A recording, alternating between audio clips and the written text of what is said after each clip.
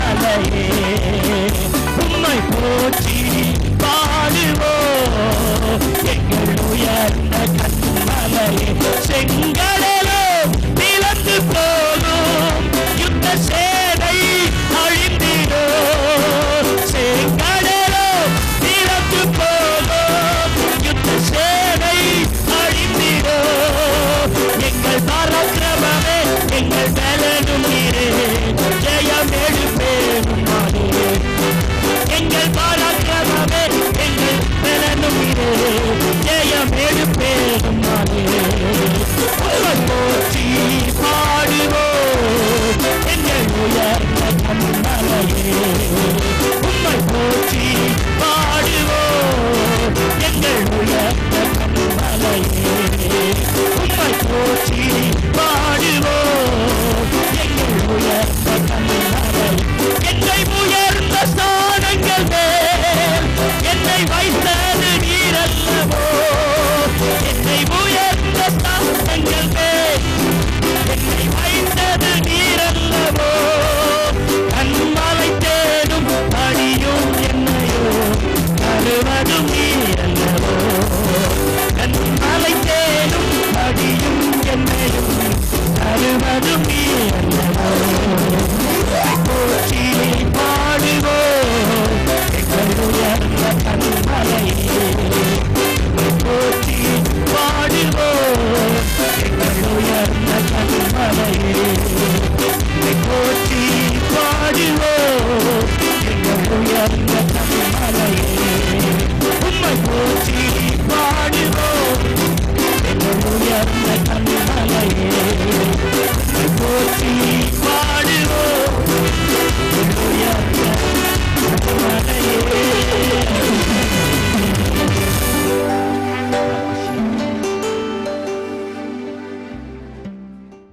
அருமையானவர்களே, 2007 வருஷத்திலே ஒரு ஞாயிற்றுக்கிழமையில் தேவனுக்கு எதிரான செயல்கள் என்கிற தலைப்பிலே கர்த்தருடைய வார்த்தையை பகிர்ந்து கொண்டேன். அந்த செய்தியினுடைய முதல் பாகத்தை உங்களுடைய ஆசீர்வாதத்திற்கென்று ஒளிபரப்புகிறோம். அந்த வார்த்தையை அந்நாளில் அநேகருக்கு அது ஆசீர்வாதமாக இருந்தது. அந்த வார்த்தையை நீங்கள் மறுபடியும் கேட்கவும் புதுப்பித்துக் கொள்வதற்கும் அந்த வார்த்தைகளை நாங்கள் மறுபடியும் ஒளிபரப்ப செய்கிறோம். கேளுங்கள், காத்து கொள்ள வேண்டியவைகளை காத்து கொள்ளுகிற அந்த இருதயத்தை ஆண்டவரிடத்திலிருந்து பெற்றுக்கொள்வோம். கர்த்தர் நம்மை ஆசீர்வதிப்பாராக. ஆமென். யெகோவா தேவன் செய்த நன்மைகள் ஆயிரம் எப்படி நான் பாடுவேன். கர்த்தாவே கர்த்தர் செய்த நன்மைகள் ஆயிரம் கரம் தட்டி பாடிடுவேன். யெகோவா ஷாலோம், யெகோவா ஷம்மா, யெகோவா ருவா, யெகோவா ரஃபா, யெகோவா ஷாலோம், யெகோவா ஷம்மா, யெகோவா ருவா, யெகோவா ரஃபா. எல்ரோய்க்கு அல்லேலூயா, என்னை நீரே கண்டீரையா, ஏக்கம் எல்லாம் தீர்த்தீரையா. நான் தாகத்தோடு வந்தபோது ஜீவ தண்ணீர் எனக்கு தன் தாகம் எல்லாம் தீர்த்தீரையா. எல்ரோய்க்கு அல்லேலூயா, என்னை நீரே கண்டீரை, ஏக்கம் எல்லாம் தீர்த்தீரையா. நான் தாகத்தோடு வந்த போது ஜீவ தண்ணீர் எனக்கு தன் தாகம் எல்லாம் தீர்த்தீரையா. கரங்களை வைத்து சொல்வோம். யெகோவா ஷாலோம், யெகோவா ஷம்மா, யெகோவா ருவா, யெகோவா ரஃபா, யெகோவா ஷாலோம், யெகோவா ஷம்மா, யெகோவா ருவா, யெகோவா ரஃபா. யெகோவா தேவனுக்கு 1000 நாமங்கள், எதை சொல்லி பாடிடுவேன். கர்த்தாவே கர்த்தர் செய்த நன்மைகள் 1000 கரம் தட்டி பாடிடுவேன். எல்ஷடாயும் நீங்க தாங்க, சர்வ வல்ல தேவன் நீங்க, என்னை என்றும் நடத்தினீங்க. எபினேசரும் நீங்க தாங்க, உதவி செய்யும் தேவனாக என்னை என்றும் தாங்குவீங்க. எல்ஷடாயும் நீங்க தாங்க, சர்வ வல்ல தேவனா என்னை என்றும் நடத்தினீங்க. எபினேசரும் நீங்க தாங்க, என்னை செய்யும் தேவனா என்னை என்றும் நடத்தினீங்க. எல்லாரும் சொல்லுவோம். யெகோவா ஷாலோம், யெகோவா ஷம்மா, யெகோவா ருவா, யெகோவா ரஃபா, யெகோவா ஷாலோம், யெகோவா ஷம்மா, யெகோவா ருவா, யெகோவா ரஃபா.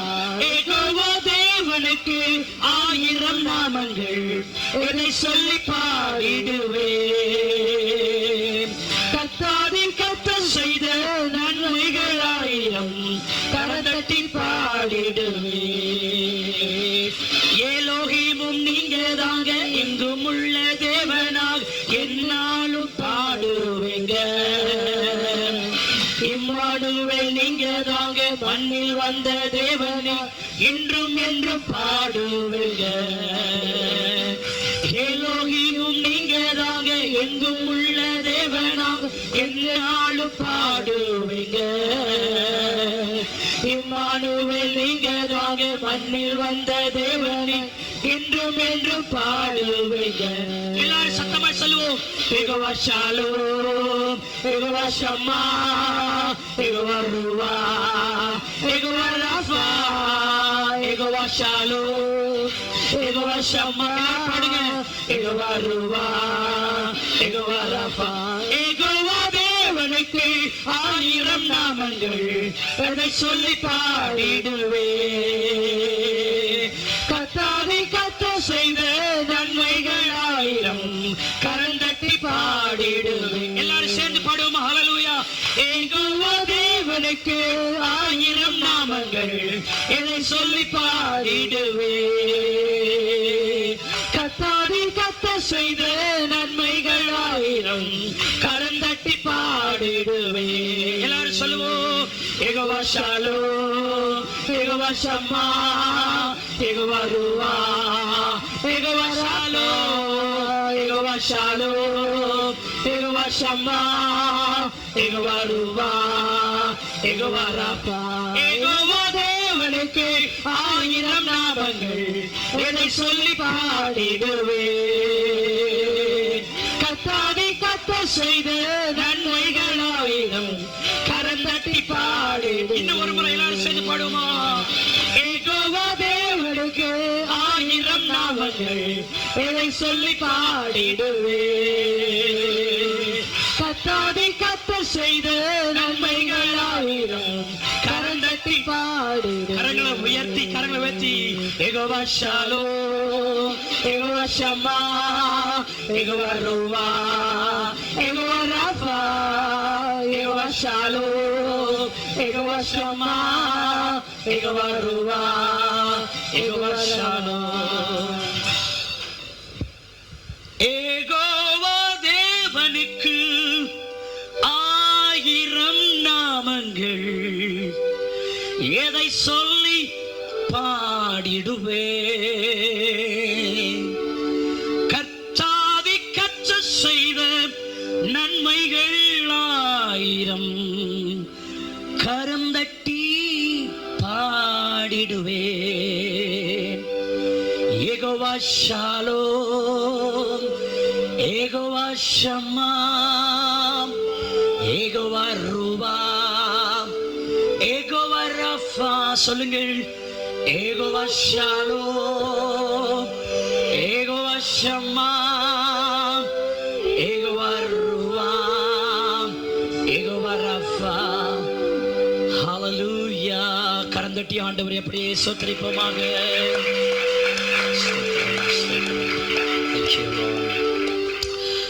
உபாகம புஸ்தகம் 5ஆம் அதிகாரம் 10ஆம் வசனத்தை வாசிக்கிறேன். என்னிடத்தில் அன்பு கூர்ந்து என் கற்பனைகளை கை கொள்ளுகிறவர்களுக்கோ 1000 தலைமுறை மட்டும் இரக்கம் செய்கிறவனாய் இருக்கிறேன். எல்லாரும் சேர்ந்து, என்னோடு சேர்ந்து, எல்லாரும் ஒரே வரிசையில் நம்ம எல்லாரும் சேர்ந்து படிப்போம் சத்தமாய். என்னிடத்தில் அன்பு கூர்ந்து என் கற்பனைகளை கை கொள்ளுகிறவர்களுக்கோ 1000 தலைமுறை மட்டும் இரக்கம் செய்கிறவராய் இருக்கிறேன். இன்னொரு முறை எல்லாரும் சேர்ந்து சத்தமாய் படிங்கள். என்னிடத்தில் அன்பு கூர்ந்து என் கற்பனைகளை கை கொள்ளுகிறவர்களுக்கோ 1000 தலைமுறை மட்டும் இரக்கம் செய்கிறவராய் இருக்கிறேன். கரங்களை தட்டி ஆண்டவரை நாம் ஸ்தோத்திரிப்போமாக. இந்த நாளில் இந்த வசனத்தின் அடிப்படையில் உங்களோடு ஆண்டவருடைய வார்த்தையை சொல்லும்படி ஆவியானவரால் ஏவப்பட்டவனாய் நிற்கிறேன். இந்த நாளில் நான் அநேக வசனங்களை இந்த செய்தியை உங்களுக்கு நான் சொல்ல போகிறேன். தயவு செய்து உங்கள் நோட்டு பேனாவை எல்லாம் எடுத்துக்கொள்ளுங்கள். நான் விளக்கி சொல்லுகிற இன்றைய செய்தி, நான் உங்களுக்கு விளக்கி சொல்வதை விட வசனத்தையே அதிகமாக நான் உங்களுக்கு கொடுக்க விரும்புகிறேன். ஏன் இந்த வசனத்தை நான் கொடுக்கிறேன் தெரியுமா? இந்த வசனத்தை நீங்கள் வீட்டிலே போய் ஆராய்ந்து உய்த்து பார்த்து இவைகள் எனக்குள்ளே இருக்கின்றனவா என்பதை நீங்கள் கவனிக்க வேண்டும் என்பதற்காகவே இந்த செய்தியை நான் உங்களுக்கு சொல்ல போகிறேன். ஆகவே பாஸ்டர் எப்போதும் பேசுற பிரசங்கம் தான், எப்போதும் அவர் கொஞ்சம் கடுமையா தான் பேசுவார், அதுபோலதான் இதுவும் என்று சொல்லி 10 இதில் 1 11 என்று தள்ளிவிடாதபடி தயவு கூர்ந்து இந்த செய்தியை கேளுங்கள். 1, நான் ஏதோ நல்லவனைப் போல நீங்கள் ஏதோ கெட்டவர்களைப் போல என்னை நான் தனிமைப்படுத்தி உங்களை நான் குற்றப்படுத்துவதற்கு நான் உங்கள் மேல் நியாயாதிபதி அல்ல. உண்மையை சொல்லுகிறேன், இந்த செய்தியில் ஒவ்வொரு குறிப்பிலும் என்னையும் நான் இணைத்துதான் உங்களுக்கு முன்பதாக நான் நிற்கப் போகிறேன். அருமையான தேவனுடைய பிள்ளைகளே, இன்னும் ஒரு விஷயம் நான் தாழ்த்துகிறேன். ஆண்டவரே, நான் நல்லவன் என்று இந்த செய்தியை நான் சொல்லாமல், நாங்கள் மொத்த சபையாரும் உம்முடைய சேனைகளுக்குள் கடந்து வர, உம்முடைய பிரியத்திற்கு கடந்து வர எங்களை தாழ்த்தி இந்த செய்தியை சொல்லுகிறேன் என்கிற ஒரு நிச்சயத்தோடு இந்த செய்தியை உங்களுக்கு முன்னதாய் கொண்டு வருகிறேன். ஆகவே இந்த நாளில் மிக கருத்துள்ளவர்களாக நம்முடைய ஆவிக்குரிய வாழ்க்கையை அனலைஸ் பண்ணி பார்க்க நாம் இந்த நாளில் கடந்து வருவோம். வாலிபனே, வாலிப தங்கச்சி, பெரிய ஐயா, பெரிய அம்மா, தேவனுடைய எச்சரிப்புகளுக்கு நீ செவி கொடுக்கும் காலம் இந்த நேரம். ஸ்தோத்திரம். கவனியுங்கள், என்னிடத்திலே அன்பு கூர்ந்து என் கற்பனைகளை கை கொள்ளுகிறவர்களுக்கு 1000 தலைமுறை மட்டும் இரக்கம் செய்கிறவனாய் இருப்பேன், இரக்கம் செய்கிறவராக இருப்பேன் என்று ஆண்டவர் சொல்லியிருக்கிறார். இப்போ என்னுடைய செய்தி என்னவென்றால், தேவனிடத்தில் அன்பு கூர்ந்து, கவனியுங்கள், தேவனிடத்தில் அன்பு கூர்ந்து என்ற அந்த வார்த்தையினுடைய எதிர்ப்பதத்தை நான் பார்க்கிறேன். தேவனிடத்தில் அன்பு கூறுகிறவர்களுக்கு இரக்கம் செய்கிறவர், ஆனால் அந்த வார்த்தைக்கு எதிரடையாய் இருக்கிற, அதாவது தேவனுக்கு விரோதமாய் நடக்கிறவர்களுக்கு இரக்கம் என்பது இல்லை என்பதுதான் அந்த செய்தியில் சொல்லாமல் சொல்லும் விஷயம். என்னிடத்தில் அன்பு கூறுகிறவர்களுக்கு என்று கர்த்தர் சொல்லுவாரானால் நாம் புரிந்து கொள்ள வேண்டும், என்னிடத்தில் அன்பு கூறாதவர்களுக்கும் எனக்கு விரோதமாய் செயல்படுகிறவர்களுக்கும் கர்த்தர் எப்படி இருப்பார் என்று அவர் சொல்ல வேண்டிய அவசியமில்லை, நாம் தான் அதை புரிந்து கொள்ள வேண்டும். கர்த்தர் எப்பொழுதுமே சில வேளையில் சாதகமாகத்தான் பேசுவார், பாதகத்தை நாம் தான் தியானித்து பார்க்க வேண்டும். இரக்கமுள்ளவராய் இருப்பேன், அன்பு கூறுகிறவர்களுக்கு இரக்கமுள்ளவராய் இருப்பேன் என்று சொல்லும் அதே தேவன் அன்பு கூறாதவர்களுக்கு அவர் வேறு விதமாகத்தான் இருப்பார், மாறுபடுகிறவனுக்கு மாறுபடுகிறவராக. அருமையான தேவனுடைய பிள்ளைகளே, நீ மாறுபடுவாயானால் அவரும் மாறுபடுவார். ஆகவே இந்த நாளில் 2 தலைப்பில் உங்களோடு பேச போறேன். என்ன தெரியுமா? கர்த்தருக்கு விரோதமான செயல்கள். அடுத்த தலைப்பு கர்த்தருக்கு உரிய செயல்கள். விசுவாசிகள் கொஞ்சம் கவனிக்கணும். நான் செய்தி சொல்லும் போது ஆரம்பத்தில் உங்களுக்கு புரியாது, கேட்கும் பொழுதுதான் உங்களுக்கு புரியும். கர்த்தருக்கு விரோதமான செயல்கள், இது ஒரு தலைப்பு. இன்னொரு தலைப்பு கர்த்தருக்கு உரிய செயல்கள். எல்லாரும் சொல்லுங்கள், கர்த்தருக்கு விரோதமான. சத்தமா சொல்ல மாட்டீங்களா? கர்த்தருக்கு விரோதமான செயல்கள், கர்த்தருக்கு உரிய செயல்கள். ஹல்லேலூயா. இப்போ முதலாவது கர்த்தருக்கு விரோதமான செயல்கள் என்ன? ஆண்டவர் என்னுடைய எந்த செயலை விரோதம் என்று சொல்லுகிறார்? தேவனுடைய பிள்ளைகளே, நாம் அநேக செயல்களை ஒவ்வொருவரும் செய்கிறோம். ஆனால் எந்த செயல் தேவனுக்கு விரோதம், எந்த செயல் தேவனுக்கு விரோதம் இல்லை என்பதை ஒரு தேவ பிள்ளைக்கு அந்த வெளிப்பாடு இல்லாவிட்டால், அந்த வெளிச்சம் இல்லாவிட்டால் அவர்கள் தொடர்ந்து தவறின் மேல் தவறு செய்து கொண்டே இருப்பார்கள். ஆகவே இந்த நாளில் தேவனுக்கு விரோதமான செயல்கள் என்கிற தலைப்பில் இப்படிப்பட்ட சத்தியம் இந்த 66 புஸ்தகத்துல எல்லா இடத்திலும் பரவி கிடக்குது. இதை நீங்க வேத ஒத்த வாக்கிய புஸ்தகத்துல தேடினா கிடைக்காது. நான் இப்ப சொல்ற குறிப்பெல்லாம் இது தேவ சமூகத்துல முழங்கால் படிட்டு கர்த்தர் தேடும்படி எனக்கு சிந்தை கொடுத்தார். தேடி பொறுக்கி எடுத்து வச்சிருக்கேன். நான் பொறுக்கினதுதான் இறுதின்னு நான் சொல்ல மாட்டேன், அதுக்கு மேலவும் இருக்கலாம். எல்லாவற்றையும் சொல்வதற்கு ஒரு கூட்டத்தில் முடியாது. ஆகவே முக்கியமான சில காரியங்களை வசன அடிப்படையில் உங்களுக்கு சொல்ல விரும்புகிறேன். நமக்கு யார்கிட்ட விரோதம் இருக்கோ இல்லையோ, நாம் ஆராதிக்கிறவருக்கும் நமக்கு விரோதம் இருக்கக்கூடாது. கரந்தட்டி ஆண்டவரை சோத்திரீங்க. அது அபாயம். It's very danger. ஏன்னா எல்லாமே அவர்கிட்ட தான் நம்ம வாங்குறோம்.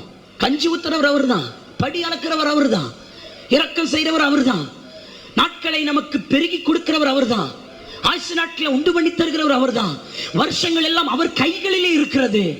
அவரே சர்வத்தையும் ஆளுகிற ராஜா. அவரை விரோதிச்சு நான் வாழ முடியுமா? நான் சொல்றேன், அவரை விரோதிச்சா பரலோகம் ஒன்று அங்கீகரிக்காது. ரெண்டாவது, அவருக்கு விரோதமா இருந்துட்டு இந்த பூமியில உன்னால சமாதானமா வாழ முடியாது. ஏன்னா இந்த பூமியின் சிருஷ்டித்தவர் இயேசு. வானத்தை அவர் சிருஷ்டித்தார், பூமி அவர் சிருஷ்டித்தார். அண்ட சராசரங்களுக்கு இந்த பூமிக்குள்ள அத்தனை காரியத்துக்கு சொந்தக்காரர் இயேசு கிறிஸ்து. கரங்களை தட்டி ஆண்டவரை சோத்திரீங்க. ஆமென். அவரை விரோதம் பண்ணி இந்த உலகத்தில் நம்ம வாழ முடியாது. You must understand. கவனிங்கள், அவரை விரோதம் பண்ணி நான் சொல்றேன், உன் பிள்ளை உன்னை விரோதம் பண்ணி கொண்டு உன் வீட்டில் சந்தோஷமா வாழ முடியுமா? பெற்றோரே, உன் பிள்ளையோடு நீ விரோதம் பண்ணி கொண்டு அந்த வீட்டில் சந்தோஷமா வாழ முடியுமா? உன் அதிகாரியோடு நீ விரோதம் பண்ணிக்கொண்டு அந்த ஆபீஸ்ல நீ சந்தோஷமா வேலை செய்ய முடியுமா? முடியாதல்லவா? அப்படியானால் கர்த்தர் சிருஷ்டித்து படைத்த இந்த பூமியில் அவரை விரோதித்து எந்த மனுஷன் வாழ முடியும்? எந்த தேவ பிள்ளை வாழ முடியும்? எந்த சபை வாழும்? எந்த விசுவாசி வாழ முடியும்? தேவ பிள்ளையே, நீ அவருக்கு விரோதமா உன் ஜீவி இருந்துச்சா, இயற்கைகள் உனக்கு விரோதமா இருக்கும், காற்று உனக்கு விரோதமா இருக்கும், கடல் சீற்றங்கள் உனக்கு விரோதமா இருக்கும், அழிவு உனக்கு விரோதமா இருக்கும், நாச மோசங்கள் உனக்கு விரோதமா இருக்கும், ஆட்கள் உனக்கு விரோதமாவார்கள். அப்போ ஒருவருடைய வழி கர்த்தருக்கு பிரியமாயிருந்தால் எல்லாவற்றையும் அவர் சாதகப்படுத்துவார். கரந்தட்டி ஆண்டவரை சோத்திரீங்கள். ஆகவே நீங்கள் கர்த்தரோடு நல்மனம் பொருந்த வேண்டும். நான் உங்களுடைய ஊழியக்காரன், உங்களுக்கு தவறாய் நான் ஆலோசனை கொடுக்க மாட்டேன். நான் ஆத்மாவை விரட்டுகிற ஊழியன் அல்ல, ஆத்மாவை ஆதாயம் செய்கிற ஊழியன் நான். உங்களை காயப்படுத்தி, உங்களை விசனப்படுத்தி, உங்களை சஞ்சலப்படுத்தி நிற்கும் ஊழியன் நான் அல்ல. என்னை you must understand. உங்களை ஆதாயப்படுத்த தான் நான் இங்கு நிற்கிறேன். உங்களை நான் இழக்க விரும்பவில்லை, உங்களை உருவாக்க விரும்புகிறேன். அதனால்தான் தேவனுடைய சமூகத்தில் கருத்துள்ளவனாய், கரிசனை உள்ளவனாய் இந்த செய்தியை உங்களுக்கு முன்னதாய் கொண்டு வருகிறேன். ஆண்டவருக்கு விரோதமான செயல்கள் என்று, விரோத செயல்கள் என்று அப்படியே நான் சொல்ற மாதிரி பைபிள் இருக்காது, எங்கேயோ புதஞ்சு உள்ள இருக்கும். அதை நான் வெளியே எடுத்து உங்களுக்கு நான் சொல்றேன். முதலாவது, அப்போஸ்தலர் 5ஆம் அதிகாரம் 39வது வசனத்துல, தேவனோடு போர் செய்கிறவர்களாய் காணப்படாதபடிக்கு பாருங்கள், குறித்துக் கொள்ளுங்கள். எந்த ஒரு தேவ மனிதன் அல்லது எந்த ஒரு விசுவாசி போர் செய்கிற குணம் இருந்தால் அது தேவனுக்கு விரோதமான செயல். கவனியுங்கள் பிரதர், சிஸ்டர், உங்கள் இருதயத்தில் போர் செய்கிற குணம் உண்டா? பைபிள் சொல்லுகிறது, தேவனோடு போர் செய்கிறவர்களாய் காணப்படாதபடி பாருங்கள், எச்சரிக்கிறார் ஆண்டவர். உங்களுக்கும் தெய்வத்துக்கும் போர் இருக்கக்கூடாது. அருமையான தேவனுடைய பிள்ளைகளே, ஒரு சபைக்கு விரோதமாய் ஒரு வெளி மனிதன் ஒன்றை சொல்லுகிறானால் அவன் நம்மோடு போர் தொடுக்கவில்லை, சர்வ வல்லவரோடு போர் தொடுக்கிறான். அதுபோல நாமும் நம்முடைய ஆவிக்குரிய அடுத்த காரியத்தில் நாம் தேவனோடு போர் செய்கிற ஆவி உள்ளவர்களாக இருக்கக்கூடாது. என்ன செஞ்சு விட்டார் கடவுள்? அவர் என்ன என்னுடைய வாழ்க்கையில செய்து விட்டார்? இதெல்லாம் போர் செய்வது போல. நான் சொல்றேன், வேதம் சொல்லுகிறது, அப்படி காணப்படாதபடி பார். உங்க வேதத்தில் இருக்கிறதா? காணப்படாதபடி பார். அப்போ தேவனுக்கு விரோதமான செயல் என்ன தெரியுமா? நாம் எப்பொழுதும் சர்வ வல்லவரோடு போர் செய்கிறவளா இருக்கக்கூடாது. இரண்டாவது, யாத்திராகமம் 16ஆம் அதிகாரம் 7ஆம் வசனத்தில் பாருங்கள், கர்த்தருக்கு தேவனுக்கு விரோதமான முறுமுறுப்புகளை அவர் கேட்டார். தேவ பிள்ளையே, நீ முறுமுறுக்கிறது அவருக்கு விரோதமான செயல். தயவு செய்து இந்த செய்தியை நான் சும்மா சொல்றேன் நினைக்காதீங்க, ஆழமா நீங்க சிந்திக்கணும். இந்த அனுபவம் உன்கிட்ட இருந்தா நீ தேவனுக்கு விரோதம் செய்கிறாய்னு அர்த்தம். இது எப்படி தான் நடக்குது? இலைமறைக்காயா உங்களுக்குள்ள நடக்கும், வெளியே தெரியாது. நீங்க கர்த்தருக்கு விரோதம் பண்றீங்கன்னு உங்களுக்கே தெரியாம நீங்க விரோதம் பண்ணிட்டு இருக்கீங்க. அதான் அங்க இருக்கிற விஷயம். தெரிஞ்சு விரோதம் பண்ணல, கர்த்தரை நான் விரோதிக்கிறேன் என்று தெரியாமலேயே நாம் விரோதம் பண்ணி கொண்டிருக்கிறோம். அதான் அபாயம். நீ முறுமுறுத்தால் சர்வ வல்லவருக்கு விரோதமாய் நீ விரோத செயல் செய்கிறாய். எனக்கு போதுமான வசதி இல்லை, தேவன் என்னை சரியாய் கவனிக்கவில்லை, தேவன் என் ஜெபத்தை கேட்கவில்லை, தேவன் எனக்கு வேண்டியதை எல்லாம் கொடுக்கவில்லை. இப்படி முறுமுறுக்கிற ஆவியோடு சிந்தனையோடு நீ இருப்பாயானால் தேவ பிள்ளையே நீ சர்வ வல்லவரோடு விரோதம் கொள்ளுகிறாய். அப்படிப்பட்ட விரோதம் உனக்குள் உண்டா? அதுல ஒரு பைபிள் கேட்டுக்குது, உங்கள் விரோதத்தை அவர் கேட்டார். ரொம்ப டேஞ்சருங்க. என் விரோதம், என்னுடைய முறுமுறுப்பை அவர் கேட்டார்னு பைபிள் இருக்கு. நான் முறுமுறுக்கிறதெல்லாம் அவர் கேட்டார்னா நான் உலகத்தில் வாழ முடியாது. இயேசு கிறிஸ்துவின் நாமத்தினால் வரும் நாட்களில் இந்த ஆவி நமக்குள்ளும் நம்முடைய திருச்சபைகளுக்குள்ளும் இருக்காதபடி கர்த்தர் சுட்டெரித்து போடுவாராக. ஹல்லேலூயா, ஹல்லேலூயா. கலாத்தியர் 6:7, தேவன் தம்மை பரியாசம் பண்ண ஒட்டார். தேவனுக்கு விரோதமான செயல். அருமையானவர்களே, நீ தேவனுக்கு விரோதமாய் பாவம் செய்கிற பொழுது, தேவனுடைய கற்பனைகளை அலட்சியம் பண்ணும் பொழுது, தேவனுடைய சபையை அலட்சியம் பண்ணும் பொழுது, அவர் உண்டாக்கின சிருஷ்டித்த ஊழியர்களை நீ அலட்சியம் பண்ணுகிற பொழுது தேவனையே நீ பரியாசம் பண்ணுகிறாய். நான் சொல்லுகிற ஒவ்வொரு செய்தியும் உங்களுடைய இன்டீரியர்ல மறைந்து ஒளிந்து கொண்டிருக்கும். ஸ்தோத்திரம். சில வியாதி எல்லாம் ஸ்கேன்ல கூட தெரியாது, சிடி ஸ்கேன் பண்ணி பார்த்தா கூட தெரியாது, எங்கேயாவது உள்ள இருக்கும். டாக்டர் ஒன்னும் இல்லைன்னா எங்கேயாவது உள்ள ஒளிந்து இருக்கும். அப்படி ஒளிந்து இருக்கிறத உருவி கொடுக்கிறேன் நான் உங்களுக்கு. இதெல்லாம் சில வேளை நம்ம சிந்தைக்கு வராது. நாம் பரியாசம் பண்ணக்கூடாது தெரியும், ஆனா எதெல்லாம் பரியாசம்? இந்த நாளில் இந்த வசனத்தை சொல்லி ஜெபம் பண்ணுங்க. தேவனே, உம்மை நான் எவ்விதங்களாகிலும் நான் பரியாசம் பண்ணியது உண்டா? ஒருவேளை நான் ஒரு காரியத்தில் செய்திருப்பேன், அது உமக்கு பரியாசம் என்று எனக்கு தெரிந்திருக்காது, ஆனால் அது பரியாசமாக இருந்தால் எனக்கு வெளிப்படுத்தும் என்று கேளுங்கள். அந்த குணமும் அந்த சாத்தானின் கிரியைகளும் நமக்குள் அழிந்தால் தேவ இரக்கம் நமக்கு சீக்கிரமாய் கிடைக்கும். அடுத்தது யோபு 9:4 அவருக்கு விரோதமாய் தன்னை கடினப்படுத்தி வாழ்ந்தவன் யார்?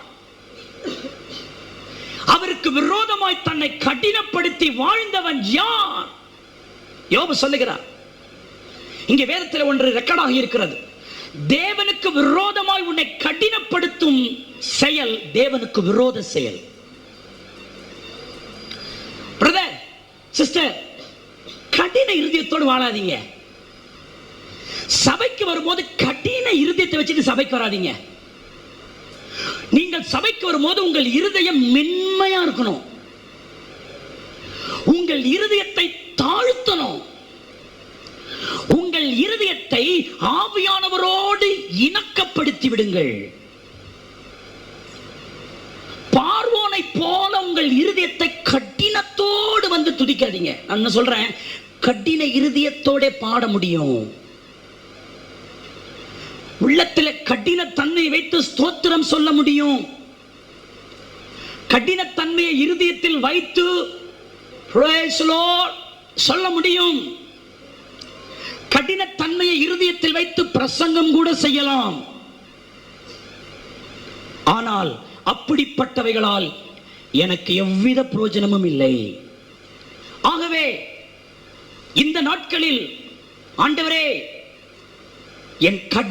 என்னை அறியாமல் என் இருதயத்தை கடினப்படுத்துகிற பொல்லாத கிரியைகள் உம்முடைய அக்கினியினால் சுட்டெரிக்கப்பட வேண்டும். கரங்களை தட்டி ஆண்டவரை நாம் சோத்தரிப்போமாக. இஸ்ரவேலர்கள் தங்களை கடினப்படுத்தினதினால் அவர்களுடைய சவங்கள் வனாந்தரத்தில் விழுந்தன. கானானுக்கு செல்லும் பாக்கியம் இல்லை. ஞானஸ்தான வசனத்துக்கு விரோதமா நீ கடினப்படுத்துறியா? அபிஷேக வசனத்துக்கு விரோதமா நீ கடினப்படுத்துறியா? பரிசுத்தப்படுத்தப்படுகிற வசனங்களுக்கு விரோதமா நீ கடினப்படுத்துறியா? நிறைய பேருக்கு ஞானஸ்தானம் எடுக்கிற கடினம், பரிசுத்தாவி பெறுங்க கடினம். அந்த கடினமே அவரை ஞானஸ்தானம் எடுக்க வைக்காமல் ஆக்குறது. சபைக்கு எத்தனையோ வருஷத்துக்கு முன்னாடி வந்தும் இன்னும் நீ அபிஷேகம் பெறாததற்கு காரணம் உன் இருதயத்தில் ஒட்டி இருக்கிற கடினம். எத்தனையோ செய்தியை கேட்டும் முழுக்கு ஞானஸ்தானத்துக்கு உன்னை ஒப்பு கொடுக்காதது உனக்குள் இருக்கிற கடின ஆவி. இந்த நாளில் அந்த கடின ஆவியை கர்த்தர் தான் உடைக்கணும், நம்மளால உடைக்க முடியாது. அதற்கு ஆவியானுடைய பிரத்யோக உதவி நமக்கு தேவை. ஆண்டவரே, இந்த நாளில் என் இருதயத்துக்குள் மறைந்திருக்கிற இந்த கடினங்கள். 5வது குறிப்பு, ரோமர் 9:20. தேவனோடு எதிர்த்து தர்க்கிக்கிற ஒரு செயல். அங்கே வாசிக்கிறோம், தேவனுக்கு எதிர்த்து தர்க்கம் பண்ணும் ஆவி. சில ஆட்கள் பார்த்தீங்கன்னா சபைக்கு தான் வருவாங்க, தர்க்கம் பண்ற ஆவி உள்ள இருக்கும். எந்த விஷயத்தை எடுத்தாலும் அவங்க தர்க்கம் பண்ணுவாங்க. ஸ்தோத்திரம். அது நல்ல விஷயமோ கெட்ட விஷயமோ எந்த விஷயங்களுக்கும் அவங்க எசைஞ்சு போக மாட்டாங்க, தர்க்கம் தான் பண்ணுவாங்க. நீ ரட்சிக்கப்பட்ட பிறகும் நீ தர்க்கம் பண்ணுகிற ஒரு தேவ பிள்ளையா இருப்பாயானால் அது தேவனுக்கு விரோதமான செயல். ஒண்ணு கவனிங்க, ஒரு வசனம் உனக்கு விளங்கலையா, விளங்கு வரை காத்திரு. சரியாய் விளக்கம் கொடுக்கிறதுல கேள். உனக்கு விளங்கவில்லை என்பதனால் அந்த விஷயத்தை தர்க்கம் பண்ணாதே. உனக்கு புரியவில்லை என்பதனால் அதை தவறாய் தர்க்கம் பண்ணாதே. ஆண்டவரே, இது எனக்கு விளங்கவில்லை என்று அவருடைய பாதத்தில் உட்காரு. ஆழங்களை அறிந்திருக்கிறவர் அதை உனக்கு வெளிப்படுத்துவார். கரந்தட்டி ஆண்டவரை சோத்தரிப்போமாக. எந்த விஷயங்களை நாம் அதை தர்க்க ஆவியோடு பார்க்க கூடாது. சொல்லுங்க, எந்த விஷயத்தை பண்ண நான் ஜனங்களோடு ஜனங்களை பழகுறேன், எந்த விஷயம் அப்படி இல்லை பாஸ்டர், நீங்க அதெல்லாம் சொல்லாதீங்க. எந்த விஷயத்தையும் அவங்க ஏற்றுக்கொள்ள மாட்டாங்க, தர்க்கம் பண்ணுவாங்க. சாதாரண நினைக்காதீங்க, அது உங்களுக்குள் இருந்தால் அது தேவனுக்கு விரோதமான செயல். அந்த ஆவி எனக்குள் இருந்தால் அது தேவனுக்கு விரோதமான செயல். ஒரு விஷயத்தை கவனிக்கணும், ஒரு சிலரை ஒரு விஷயத்தை நமக்கு பிடிக்காது, ஆனா இந்த விஷயத்துல இவங்க சரியில்லையே அப்படின்னு சொல்லி அவங்கள பத்தி நம்ம மனசு நினைச்சிட்டே இருப்போம். ஆனா வெளியே காட்ட மாட்டோம், நல்லா பேசுவோம், ஆனா அவங்கள குறிச்ச ஒரு பாயிண்ட் நம்ம இருதயத்தில் இருக்கும். அதே போல சில நேரங்களில் நம்மை குறித்த ஒரு தவறான விஷயம் நம்முடைய அப்பாவுக்கு இருதயத்தில் இருக்கும். ஆனாலும் நம்முடைய ஜபத்தை கேட்கிறாரு, சின்ன சின்ன நன்மையை கொடுக்கிறாரு. ஆனாலும் இந்த விஷயத்தை நீ சரி செய்யாத வரைக்கும் உன்மேல் அவருக்கு ஒரு காயம் இருந்து கொண்டே இருக்கும். கரந்தட்டி ஆண்டவரை சோத்திரீங்கள். அதற்கு விளக்கதான் எங்களை வச்சிருக்கிறார். அதுக்குதான் சபை. அதற்கு தான் நாங்கள் நீ மறந்து போன, உனக்கு அறியாத, நீ பெருசுப்படுத்தாத ஒரு விஷயத்தை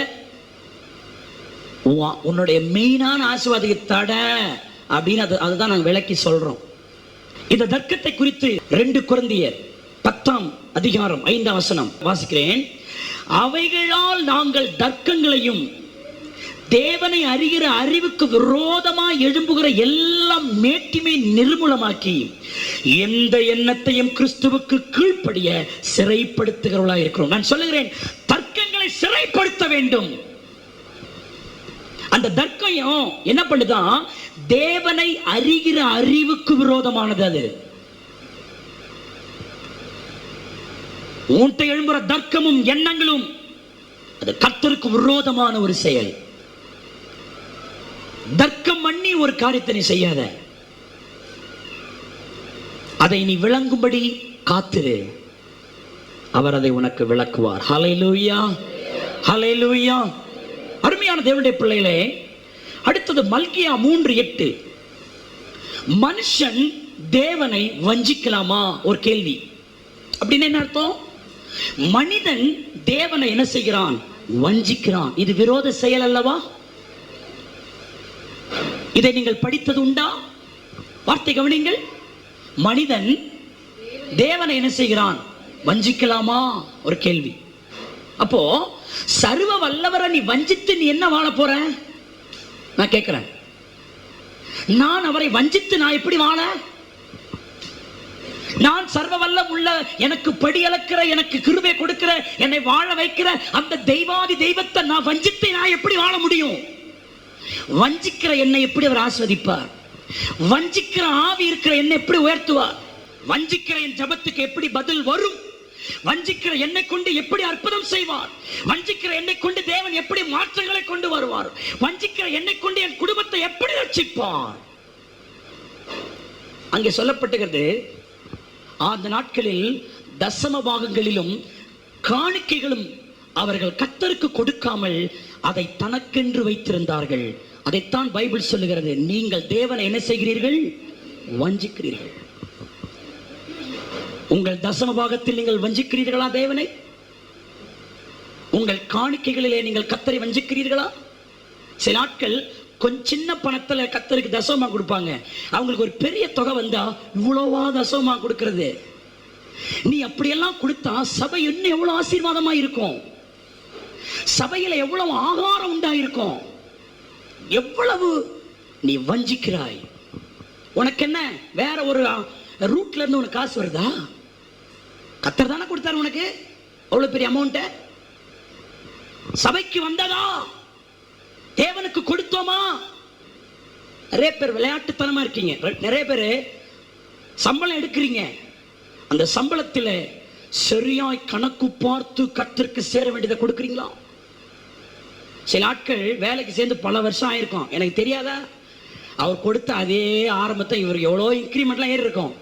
அதே சில வேலை சிலருடைய காணிக்கை வாங்க மனசு நல்லா தெரியும், இது இவங்க காணிக்கை இல்லைன்னு. ஜெபம் பண்ணுவேன் மனசுல வச்சு. நீங்க குறைவா கொடுக்குறீங்கன்றது துக்கம் எனக்கு கிடையாது. என்னை அழைச்சவர் கர்த்தரை நடத்துவார். நீங்கள் வஞ்சித்து உங்களுடைய ஆசீர்வாதத்தை இழக்கிறீர்களே என்ற துக்கம் தான் எனக்கு, வேற ஒண்ணும் கிடையாது. நீங்கள் கொடுத்தாலும் நீங்கள் கொடாவிட்டாலும் என்னை அழைத்தவர் என்னை நடத்துவார். அந்த வெளிப்பாடு உள்ளவன் நான். நான் முழங்காலில் உட்காருகிறேன், நான் ஜெபிக்கிறேன், ஜெபித்தால் நீ அவர் நிச்சயமாய் போஷிப்பார். உலக பிரகாரமாய் வேலை செய்கிறவனுக்கே இந்த நிர்வாகம் போஷிக்குமானால் வானத்தை பூமிக்கும் சர்வ வல்லவராய் இருக்கிறவருக்கு ஊழியம் செய்கிற என்னை அவர் போஷிக்காம விட்டுருவார், என்னை நடுத்தருவிலே விட்டுருவார். ஆனால் நீங்கள் தவறு செய்கிறீர்களே, வஞ்சிக்கிறீர்களே, இந்த விஷயம் எல்லாம் உங்களுக்கு தெரிகிறதா? இப்படிப்பட்ட சின்ன சின்ன சின்ன சின்ன விஷயங்களை உங்களுக்குள் நீங்கள் வைத்துக் கொண்டு எப்படி நீங்கள் தேவனில் அன்பு கூறுகிறேன் என்று சொல்ல முடியும்? உங்கள் வீட்டில் இருக்கிறது மூத்த பிள்ளை கர்த்தருடையது. உங்கள் வீட்டில் வந்த முதல் பொருள் கர்த்தருடையது. உங்கள் முதல் சம்பளம் கர்த்தருடையது. உங்கள் முதல் லாபம் கர்த்தருடையது. தேவனுடைய பிள்ளையே, வஞ்சிக்கலாமா? 7 மல்கியா 3:13 வாசிங்க. நீங்கள் எனக்கு விரோதமாய் பேசின பேச்சு எப்படி இருக்கு? அடுத்தது கர்த்தருக்கு விரோதமான கடின பேச்சு. ஸ்தோத்திரம்.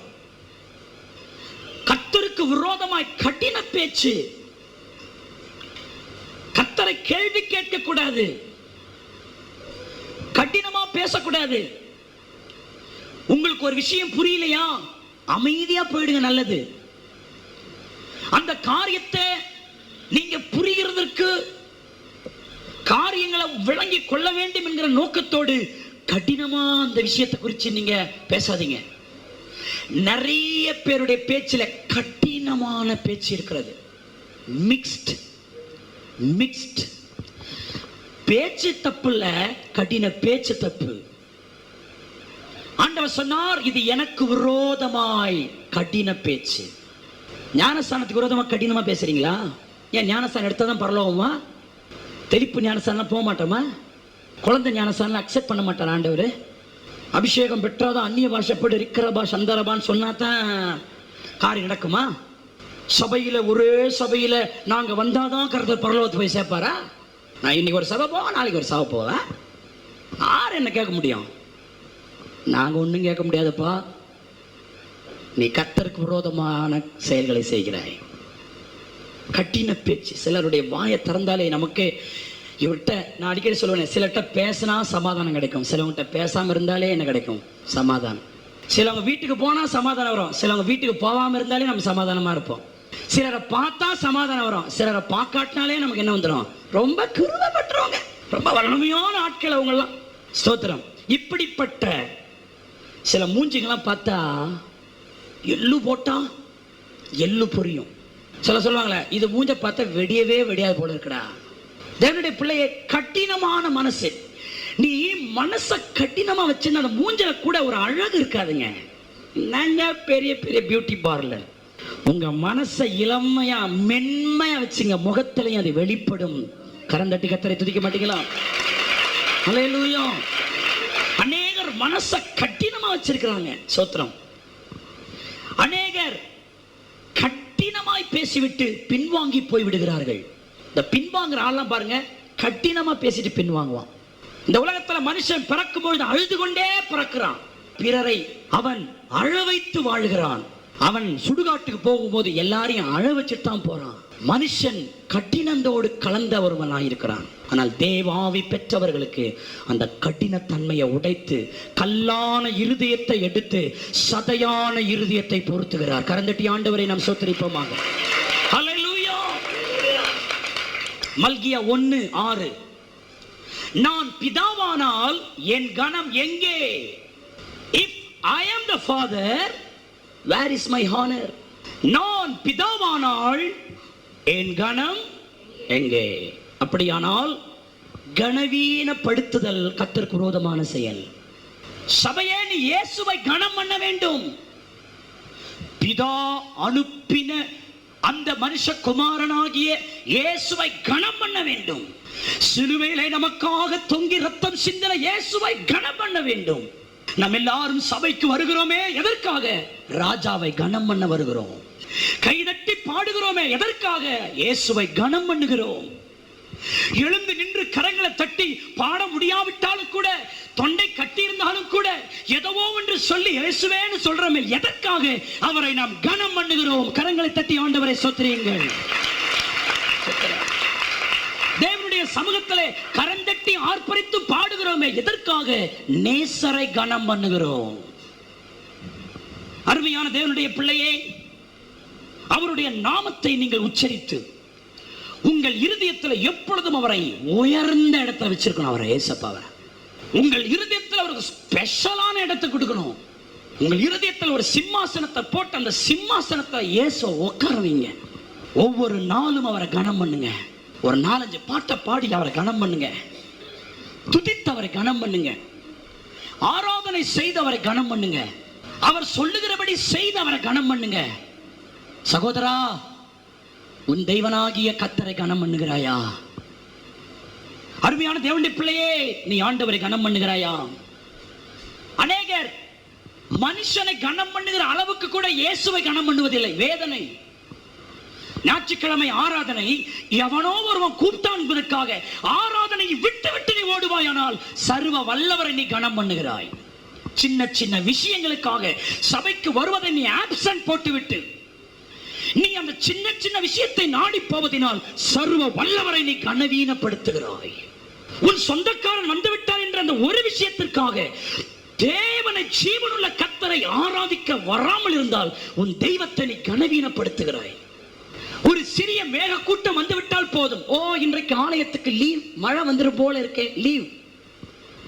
ஒரு வெயில் அடித்து விட்டால் போதும், ஆராதனை கட். கனவீனம். வெயிலுக்கு ஒதுங்கும் நிழலாய் அவர் இருக்கிறார். பெரும் வெள்ளத்துக்கு ஒதுங்கும் இடமாக அவர் இருக்கிறார். எந்தவித காரியமும் உன்னை கர்த்தரை விட்டு பிரிக்காதபடி பார்த்துக்கொள். கரந்தட்டி ஆண்டவரை ஸ்தோத்திரம். தப்பு மேல இப்பொழுது இடையிடையே எழுந்து போனால் கனவீன பண்ணுகிறாய். நான் கேட்கிறேன், உன் வாழ்க்கையினுடைய மைய பகுதி யார்? உன் வாழ்க்கையின் சக்கரத்தை சுழற்றுகிறவர் யார்? வாலிபனே, வாலிப தங்கச்சி, உன் வாழ்க்கையை சுழற்றுகிறவர் யார்? ஐயா, உன்னை நடத்துகிறவர் யார்? சகோதரி, உனக்கு ஒவ்வொரு நாளும் உன்னை போஷிக்கிறவர் யார்? அவரை தவிர முக்கியம் இந்த உலகத்தில் வேறு இல்லை. கணம் பண்ண வேண்டும். மல்கியா 1:6, நான் எஜமானனானால் எனக்கு பயப்படும் பயம் எங்கே? Where is my fear? என்னுடைய பயம் எங்கே? நான் எஜமானனானால், I am the master. நான் எஜமானனானால் எனக்கு பயப்படுகிற பயம் எங்கே? அருமையான தேவனுடைய பிள்ளைகளே, அநேகர் கர்த்தர் மேல் பயம் இல்லை. பயம் இல்லை என்று சொல்றதை விட அவர் எதிர்பார்க்கிற அளவுக்கு தேவனுக்கு பயப்படுகிற பயம் அநேகருக்குள்ள இல்லை. நிர்விசாரம். பயத்துடனே கர்த்தரை சேவியுங்கள், நடுக்கத்துடனே களி கூறுங்கள். குமாரன் கோபம் கொள்ளாமலும் நீங்கள் வழியில் அழியாமலும் இருக்க அவரை அண்டிக் கொள்ளுங்கள். அவர் பாதத்துக்கு முத்தம் செய்யுங்கள். இன்னும் கொஞ்ச காலத்தில் அவருடைய கோபம் பற்றி எரியும். அவரை அண்டிக் கொள்ளுகிறவர்களோ பாக்கியவான்கள். அல்லேலூயா. ஆம், இந்த உலகம் முடிவை நோக்கி போய்க் கொண்டிருப்பதினால் அழிவு நிச்சயம். நாட்கள் மிக குறிதாயிருக்கிறதுனாலே சாத்தான் தன் வேலையை வேகமாய் கட்டவிழ்த்து செய்கிறான். அவருக்கு பயந்து வாழ்கிறவர்களுக்கு கர்த்தர் அடைக்கலமாய் இருப்பார். கரந்தட்டி ஆண்டவரை ஸ்தோத்திரியுங்கள். ஹல்லேலூயா. அவரை பயப்படாத நீ சிக்கல்களிலே சிக்கிக் கொள்ள வேண்டும். மத்தேயு 4:7, கர்த்தரை பரீட்சை பாராதிருப்பாயாக. சிலர் பார்த்தீங்கன்னா, அவர் செய்வாரா கேட்பாங்க விசுவாசி. அவர் செய்வாரா? அவர் செய்தால், எனக்கு நன்மை செய்தால் நான் சபைக்கு வருவேன். அப்படியானால் நீ தேவனை பரீட்சிக்கிறாய். செய்வாரோ? அவர் எனக்கு செய்யட்டும், பிறகு நான் அவரை சேவிப்பேன். பிள்ளையே, நீ அவரை நல்லவரா கெட்டவரா என்று சோதிக்க உனக்கும் எனக்கும் அருகதை கிடையாது. என் தேவனாகிய கர்த்தரை பரீட்சிக்க நாம் ஒருவருக்கும் தகுதி இல்லை. அவர் நல்லவர் வல்லவர் என்று சிலுவையில நிரூபித்து காட்டினவர் அவர். கரந்தட்டி ஆண்டவரை ஸ்தோத்திரியுங்கள். வேகமாய் கரந்தட்டி கர்த்தரை துதிக்க மாட்டீங்களா? ஹல்லேலூயா. அவர் எத்தனையோ முறை அவர் மகிமையானவர், ஆல்மைட்டி காட், அவர் சர்வ வல்லமை உள்ள கர்த்தர் என்று அவர் நிரூபணமாக இருக்கிறவர். இனி நீ நிரூபிக்கணும்னு அவசியம் இல்லை. அவர் நிரூபிக்கப்பட்ட குமாரன். எல்லாரும் சொல்லுங்கள், அவர் நிரூபிக்கப்பட்ட தேவகுமாரன். சத்தமா சொல்லுங்க, அவர் நிரூபிக்கப்பட்ட தேவகுமாரன். எல்லாரும் சொல்லுங்கள், அவரை பரீட்சித்து பார்க்க எனக்கு யோக்கியதை கிடையாது. கரந்தட்டி கர்த்தரை துதியுங்கள். ஸ்தோத்திரம். செய்வாரா செய்ய மாட்டாரான்னு சொல்றதுக்கு நீ யார்? நீ யாருன்னு கேட்கிறேன். உனக்கு என்ன தகுதி இருக்கு? என்னையா உனக்கு தகுதி இருக்கு? என்ன சிஸ்டர் உனக்கு தகுதி இருக்கு? எனக்கு என்ன தகுதி இருக்கு அவரை சோதிக்க? நீ வந்தா இயேசுவுக்கு லாபம் இல்ல, உனக்கு தான் லாபம். யோபுவிலே சொல்லுகிறார், நீ நீதிமானாய் வாழ்ந்தால் அவருக்கு லாபம் அல்ல, நீ நீதிமானாய் வாழ்ந்தால் உனக்கு தான் லாபம். உன் சந்ததி ஆசீர்வதிக்கப்படும். ஒரு மனிதன் நல்லவனாய் வாழ்வதனால் சர்வ வல்லவருக்கு அது லாபம் இல்ல, நல்லவனாய் வாழுகிறவனுக்கு தான் அது லாபம். எத்தனை பேர் விசுவாசிக்கிறீங்க? ஹல்லேலூயா. நீ ஒரு ஆண்டவர் நல்லவரா, அவர் செய்வாரா செய்ய மாட்டாரான்னு சொல்லி நீ சோதிக்க நீ யாரியா? உன் தேவனாகிய கர்த்தரை நீ பரீட்சித்து பாராதிருப்பாயாக. ஹல்லேலூயா. அடுத்த சங்கீதம் 78:18, தங்கள் இருதயத்திலே தேவனை பரீட்சித்து பார்த்தார்கள். வேத கேட்டகரி இவங்களாம் தேவனுக்கு விரோதமான 10வது செயல். சிலர் தேவனை பரீட்சிக்கிறது வாய் திறந்து சொல்லுவாங்க, ஒரு சிலர் வாய் திறந்து சொல்ல மாட்டாங்க, ஆனா இருதயத்திலே கர்த்தரை பரீட்சித்து பார்ப்பார்கள். வாய் திறக்க மாட்டாங்க அந்த விசுவாசி.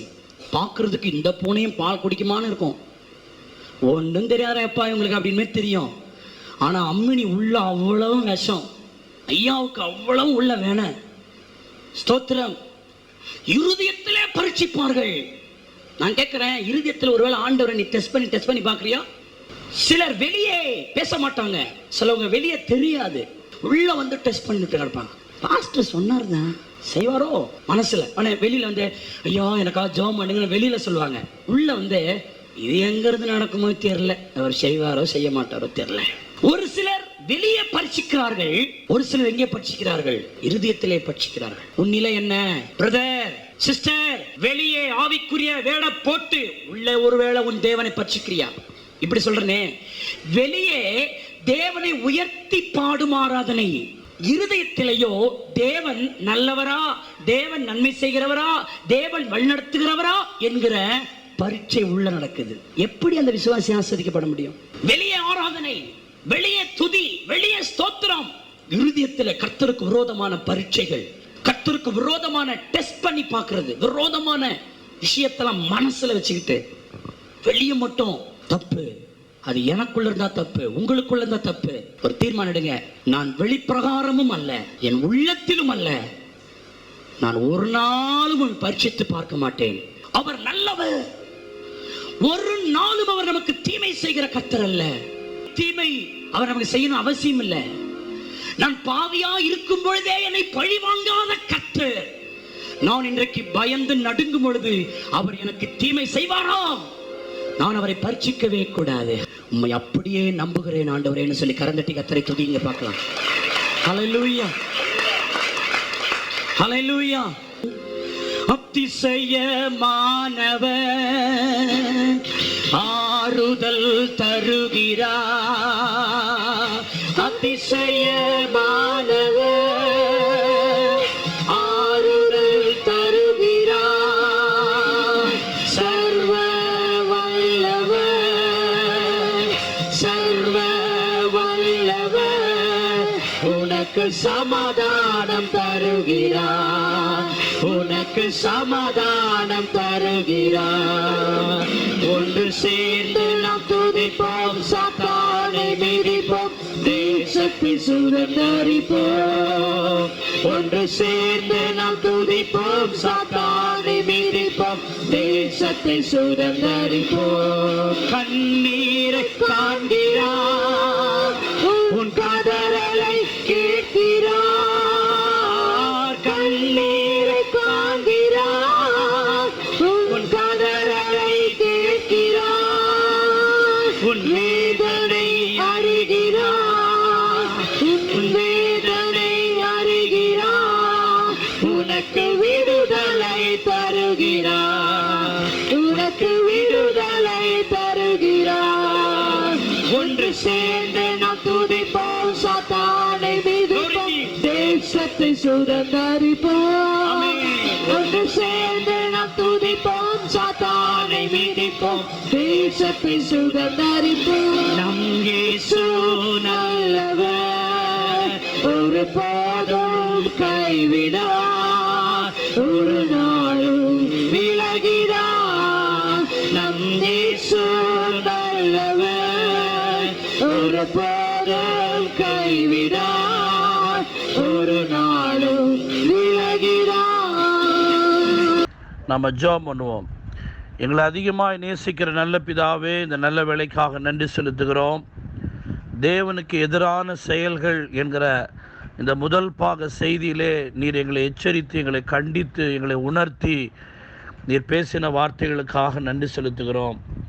ஆண்டவரே, உம்மோடு போர் செய்கிறவர்களாய் நாங்கள் இராதபடிக்கு, முறுமுறுக்கிறவர்களாய் இராதபடி, பரியாசம் பண்ணுகிறவர்களாய் இராதபடி, கடினப்படுத்துகிறவர்களாய் இல்லாதபடி, உம்மை எதிர்த்து தர்க்கம் பண்ணுகிறவர்களாய் இல்லாதபடி, ஆண்டவரே உம்மை வஞ்சிக்கிறவர்களாய் நாங்கள் இராதபடி, கடின பேச்சு ஆண்டவரே எங்களில் இராதபடி, ஆண்டவரே உம்மை கனவீனப்படுத்துகிற செயல்கள் எங்களுக்குள் காணப்படாதபடி, உம்மை நாங்கள் பரீட்சை பார்க்கிற அனுபவம் உடையவர்களாக இல்லாதபடிக்கு ஆண்டவரே சோத்தரிக்கிறோம். இருதயத்திலே உம்மை பரீட்சை பார்க்கிற அந்த அனுபவங்கள்லாம் எங்கள்கிட்ட இருக்கக்கூடாதுப்பா. இந்த 10 எதிரான செயல்கள் எங்களுக்குள் இருக்கவே கூடாதுப்பா. ஜெபிக்கிற எனக்குள், இந்த பிரசங்கத்தை கேட்கிற என்னுடைய சப மக்களுக்குள்ள இருக்கவே கூடாதப்பா. தம்மிடத்தில் அன்பு கூர்ந்து தம்முடைய கற்பனைகளை கை கொள்ளுகிறவர்களுக்கோ 1000 தலைமுறை மட்டும் இறக்கம் செய்கிறவனா இருப்பேன்னு சொன்னீங்களாப்பா. உங்கள் இடத்துல அன்பு கூர்ந்து நீர் என்ன சொல்லியிருக்கிறீரோ அவைகளின்படி நடக்கிறவர்களாக எங்களை மாற்றும். ஆண்டவரே சோத்திரம், உம்மை கஷ்டப்படுத்தக்கூடிய, உம்மை வேதனைப்படுத்தக்கூடிய, உமக்கு எதிரான செயல்கள் எங்களில் இராதபடிக்கு ஆண்டவரே ஸ்தோத்திரிக்கிறோம். அதற்கு எங்களை தப்புவித்து எங்களை பரிசுத்தப்படுத்தி உம்மை மகிழ்ச்சிப்படுத்துகிறவர்களாக, ஆண்டவரே எங்களுடைய செயல்களால் உம்மை மகிழ்ச்சிப்படுத்துகிறவர்களாய் நாங்கள் காணப்பட உதவி செய்யும். இந்த செய்திக்கு தன்னை அர்ப்பணித்த ஒவ்வொருவரையும் ஆசீர்வதியும். இயேசுவின் ரத்தம் ஜெயம், இயேசுவின் ரத்தம் ஜெயம். இயேசுவின் நாமத்தில் ஜெபிக்கிறோம் நல்ல பிதாவே, ஆமென், ஆமென். நம்முடைய கர்த்தராகிய இயேசுவின் கிருபை, பிதாவாகிய தேவனுடைய அன்பு, பரிசுத்த ஆவியானுடைய அந்நிய மைக்கல் சிநேகம், வழிநடத்தல், பாதுகாப்பு, பராமரிப்பு இன்றும் இன்று சதா நாட்கள் கிறிஸ்துவின் அருகே பரியந்தமும் நம் அனைவரோடு கூட இருப்பதாக. ஆமென். எல்லாரும் சேர்ந்து சொல்லுவோம். என் ஆத்துமாவே கர்த்தரை ஸ்தோத்திரி, என் முழு உள்ளமே அவருடைய பரிசுத்த நாமத்தை ஸ்தோத்திரி. என் ஆத்துமாவே கர்த்தரை ஸ்தோத்திரி, அவர் செய்த சகல உபகாரங்களையும் மறவாதே.